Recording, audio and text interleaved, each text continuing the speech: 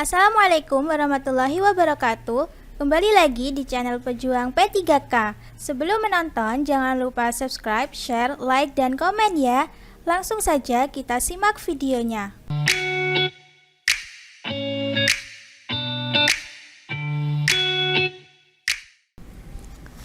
1. Seorang pasien perempuan usia 27 tahun datang ke bidan praktik mandiri dengan keluhan terlambat haid selama 4 minggu.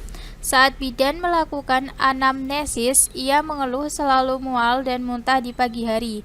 Hasil pemeriksaan diketahui keadaan umum pasien baik, tekanan darah 110/70 mmHg, denyut nadi 84 kali per menit, frekuensi pernapasan 24 kali per menit, suhu tubuh 36 Celcius. Pemeriksaan penunjang untuk mendukung penegakan diagnosis kasus tersebut adalah A.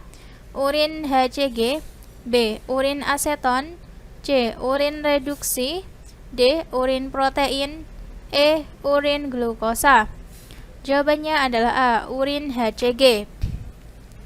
Pembahasan. Pemeriksaan penunjang yang dapat dilakukan untuk menegakkan diagnosis pasien tersebut adalah pemeriksaan urin HCG. Pemeriksaan ini bertujuan mengetahui kadar HCG dalam tubuh. HCG atau Human Chorionic Gonadotropin adalah suatu hormon yang dihasilkan embrio. Hormon ini akan meningkat dalam urin dan darah seminggu setelah masa konsepsi. Hormon HCG dilepaskan ke dalam indung telur. Hal tersebut mengakibatkan peningkatan progesteron yang berfungsi menahan haid berikutnya. 2. Seorang perempuan usia 27 tahun status obstetrik G1P0A0 usia kehamilan 10 minggu datang ke poliklinik kandungan. Ia mengeluh mual muntah setiap makan. Hasil pemeriksaan kondisi umum pasien baik yakni tekanan darah 110/80 mmHg, nadi 88 kali per menit, pernapasan 20 kali per menit, dan suhu tubuh 36,5 Celcius.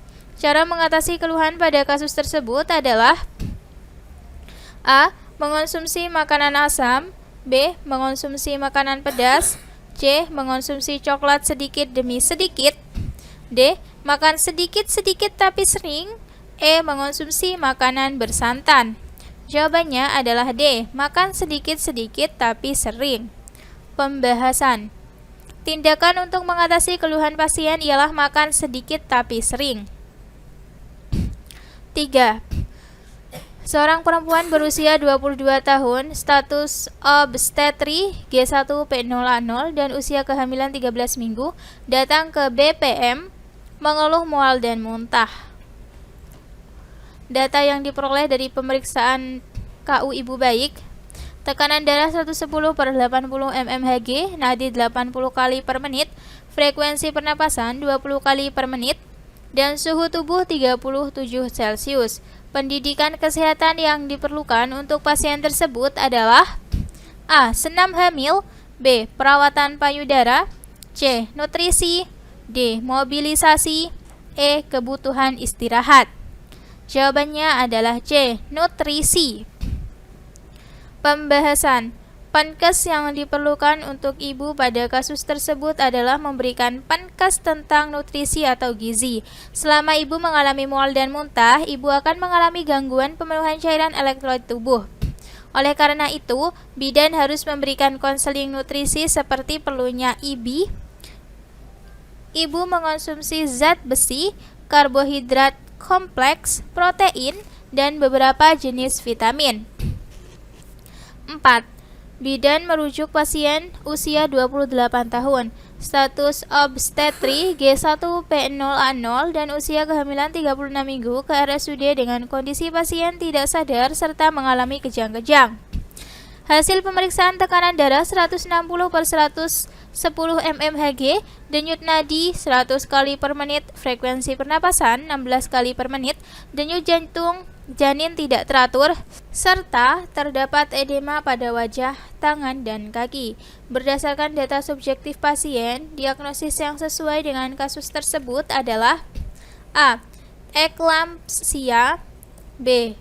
Preeklamsia berat, C. Preeklamsia ringan, D. Preeklamsia sedang, E. Superimposed preeklamsia. Jawabannya adalah A. Eklamsia. Pembahasan.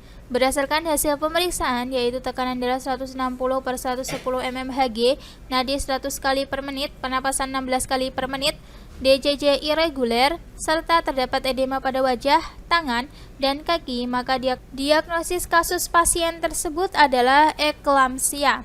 Eklamsia adalah kelainan akut pada ibu hamil yang diikuti dengan kejang akibat hipertensi gestasional yang terjadi sebagai kelanjutan dari gejala preeklamsia. 5. Seorang pasien perempuan usia 25 tahun dengan usia kehamilan 36 minggu datang ke BPM diantar oleh suaminya. Kondisi pasien tidak sadar dan mengalami kejang-kejang. Hasil pemeriksaan yang dilakukan oleh bidan didapatkan tekanan darah 180/110 mmHg, nadi 100 kali per menit, pernapasan 15 kali per menit, DJJ irreguler, terdapat edema pada wajah, tangan, dan kaki. Pemeriksaan penunjang yang harus dilakukan pada kasus tersebut adalah A. Aseton urin, B. HCG urin, C. Protein urin, D. Reduksi urin, E. Glukosa urin. Jawabannya adalah C. Protein urin. Pembahasan. Pemeriksaan penunjang yang harus dilakukan adalah protein urin. Dikatakan mengalami proteinuria apabila konsentrasi protein dalam urin sebesar 0,19 gram per liter atau lebih dari +2 dengan cara dipstick, atau ditemukan kadar protein lebih dalam 2 kali pemeriksaan spesimen urin yang diberi jarak minimal 6 jam. Pada spesimen urin 24 jam, dikatakan proteinuria apabila konsentrasi protein mencapai 0,3 gram per 24 jam. Kadar protein dalam urin yang tinggi pada ibu hamil merupakan salah satu gejala preeklamsia dan eklamsia. 6. Seorang perempuan usia 32 tahun, status obstetri G2P1A0, datang ke puskesmas untuk memeriksakan kehamilannya. Dari hasil pemeriksaan abdomen, diketahui TFU pasien setinggi pusat. Usia kehamilan pasien tersebut adalah A. 20 minggu, B. 24 minggu, C. 28 minggu, D. 30 minggu, E. 32 minggu. Jawabannya adalah B. 24 minggu. Pembahasan. Metode penentuan usia kehamilan di atas menggunakan metode perkiraan TFU melalui palpasi fundus dan membandingkan dengan patokan sebagai berikut. 12 minggu sama dengan 1/3 di atas simfisis. 16 minggu sama dengan persen simfisis pusat. 20 minggu sama dengan 2/3 di atas simfisis. 24 minggu sama dengan setinggi pusat. 28 minggu sama dengan 1/3 di atas pusat. 34 minggu sama dengan persen pusat prosesus sifoideus. 36 minggu sama dengan setinggi prosesus sifoideus. 40 minggu sama dengan 2 jari di bawah prosesus sifoideus. Berdasarkan ketentuan di atas, apabila TFU setinggi pusat, maka usia kehamilan diperkirakan 24 minggu. 7. Seorang perempuan usia 20 tahun, usia kehamilan 34 minggu, datang ke BPM diantar oleh keluarganya dalam kondisi tidak sadar dan mengalami kejang-kejang. Hasil pemeriksaan, tekanan darah 180/110, nadi 100 kali per menit, pernapasan 16 kali per menit, DJJ irreguler, serta terdapat penimbunan cairan pada wajah, tangan, dan kaki.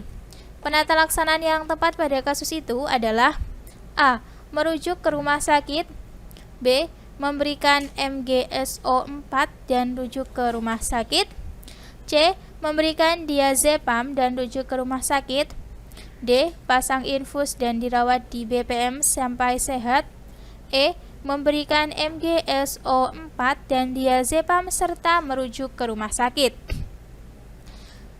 Jawabannya adalah B. Memberikan MGSO4 dan rujuk ke rumah sakit.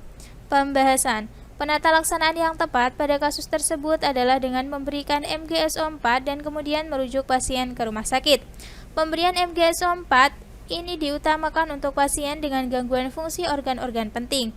Misalnya, untuk mengatur tekanan darah, memperbaiki asidosis, mencegah terjadinya dekompensasi kordis, dan mempertahankan ventilasi paru-paru. 8. Seorang perempuan usia 30 tahun, status obstetri, G2P1A0, usia kehamilan 28 minggu, datang ke RSUD dengan keluhan mengeluarkan darah banyak berwarna merah segar dari jalan lahir, namun tidak disertai nyeri perut. Hasil pemeriksaan keadaan umum lemah, pucat, dan DJJ reguler 155 kali per menit. Berdasarkan pemeriksaan USG, plasenta terletak di segmen bawah rahim. Diagnosis yang tepat untuk pasien tersebut adalah A. Plasenta accreta, B. Plasenta previa, C. Solusio placenta, D. Plasenta increta, E. Retensio placenta. Jawabannya adalah B. Plasenta previa. Pembahasan. Diagnosis yang tepat untuk pasien tersebut yaitu plasenta previa. Plasenta previa terjadi ketika plasenta berada pada segmen bawah uterus. Hal tersebut menyebabkan tertutupnya sebagian atau seluruh pembukaan jalan lahir. Seharusnya plasenta terletak di bagian fundus atau di atas rahim, namun bisa juga sedikit ke kanan atau ke kiri. 9. Seorang perempuan usia 27 tahun dengan usia kehamilan 38 minggu datang ke puskesmas diantar oleh ibunya. Saat dilakukan anamnesis, pasien mengeluh mulas yang semakin sering. Hasil pemeriksaan diketahui KU baik, tekanan darah 110/70 mmHg, nadi 80 kali per menit, pernapasan 24 kali per menit, TFU 30 cm, dan kepala sudah masuk 2/5. Berdasarkan hasil VT diketahui portio tipis lunak, pembukaan serviks 8 cm, selaput ketuban masih utuh, presentasi kepala, dan penurunan di H-3. Diagnosis untuk kasus tersebut adalah A. Infartu kala 1 fase laten, B.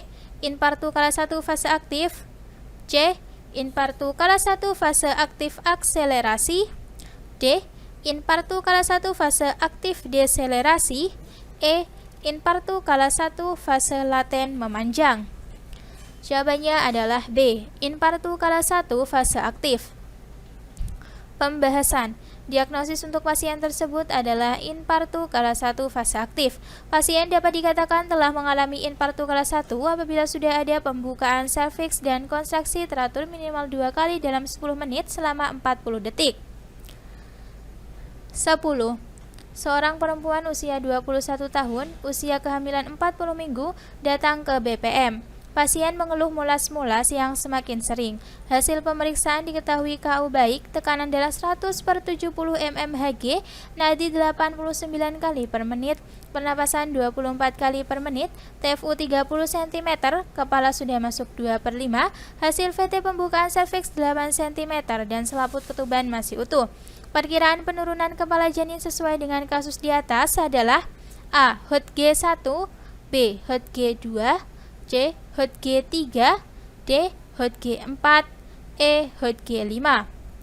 Jawabannya adalah C. HOTG3. Pembahasan.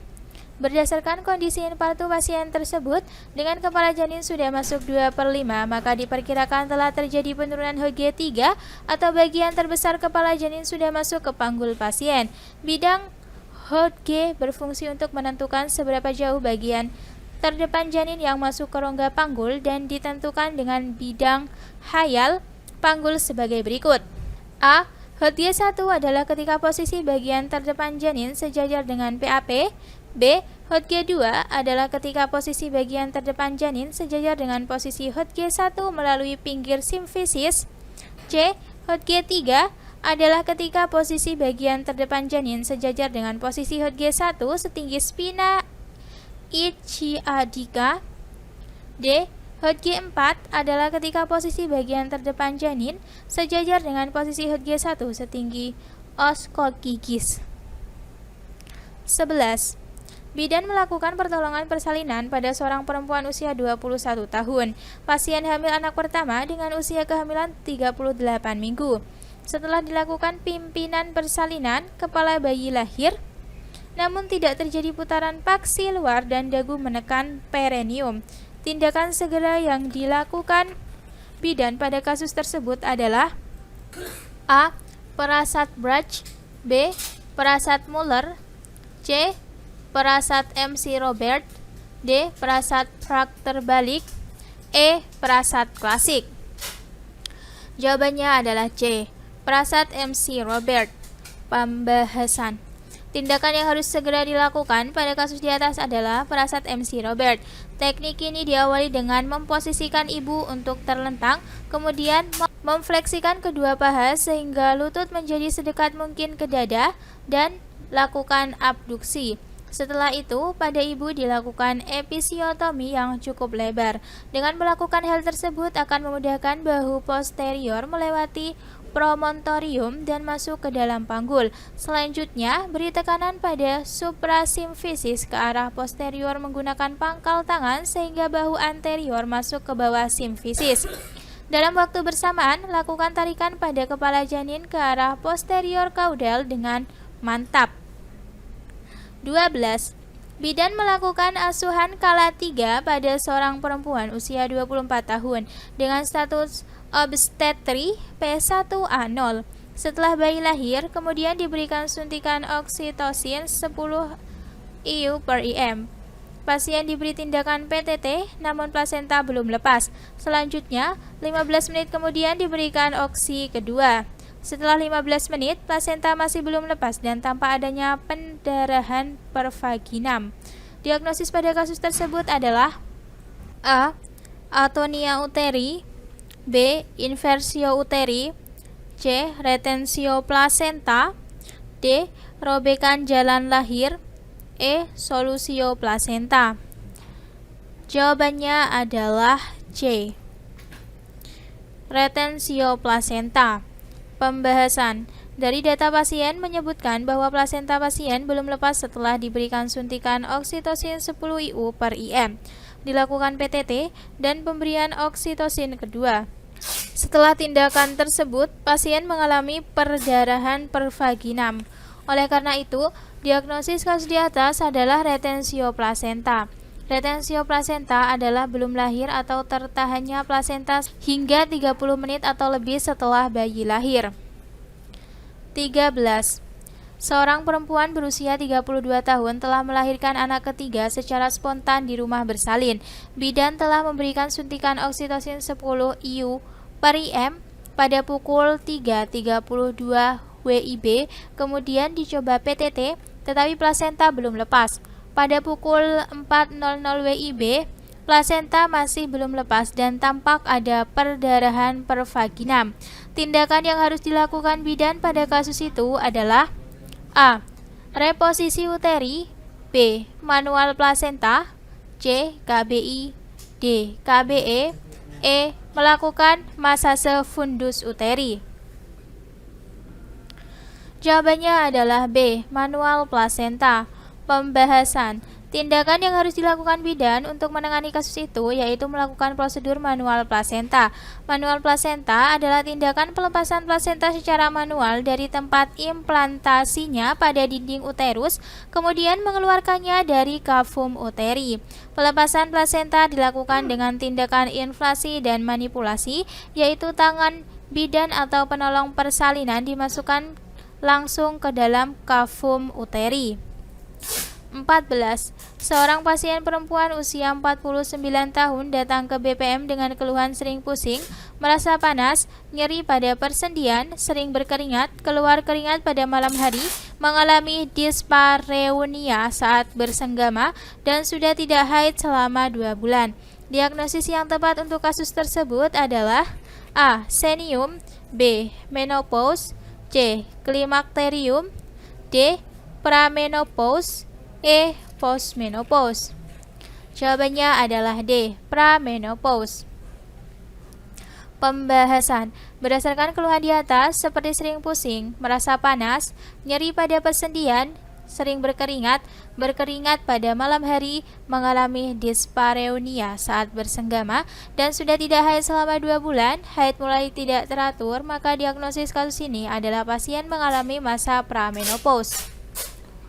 12. Seorang bayi usia 2 bulan dibawa oleh ibunya ke PKM untuk diimunisasi.